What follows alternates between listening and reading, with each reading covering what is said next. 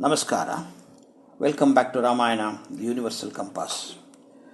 Today, we journey into the heart of the Balakanda, witnessing one of the most profound clashes in Vedic history, not of steel against steel, but of Kshatra Tejas, the fire of a king, against Brahma Tejas, the light of a sage.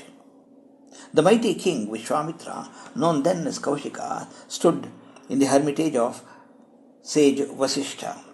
He had just witnessed the impossible. A single divine cow, Shabala, manifesting an endless feast. He saw golden platters, honeyed sidhu, and fermented asava prepared with dataki flowers, enough to satisfy an entire army. But where there is wonder, the ego often finds greed. Vishwamitra demanded the cow. He offered 14,000 elephants, a crore of firstborn cows, and treasures from the lands of Kambhoja and Bahleeka, regions famed for horses that galloped faster than the wind. But Vasishtha remained unmoved. To the sage, Shabala was not a property. She was his lifeline, the very energy of his penance. "I will not give her," Vasishtha replied coolly. Enraged by a no he could not command, the king resorted to force. As he dragged Shabala away, the divine cow looked to her master.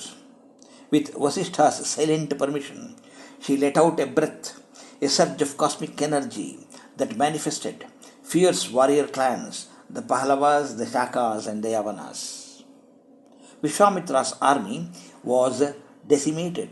His 100 sons were reduced to ashes by a single breath of the cow. Alone and defeated, the king fled to the Himalayas. But his heart was not yet humbled.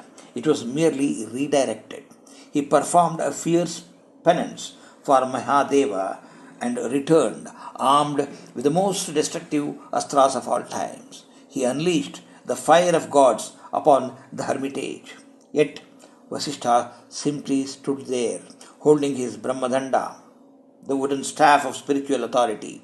One by one, the most terrifying weapons in existence were swallowed by that staff as if they were mere sparks in an ocean. In that moment, the king's arrogance was dashed to pieces.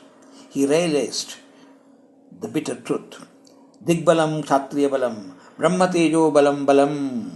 Fight on the strength of a warrior.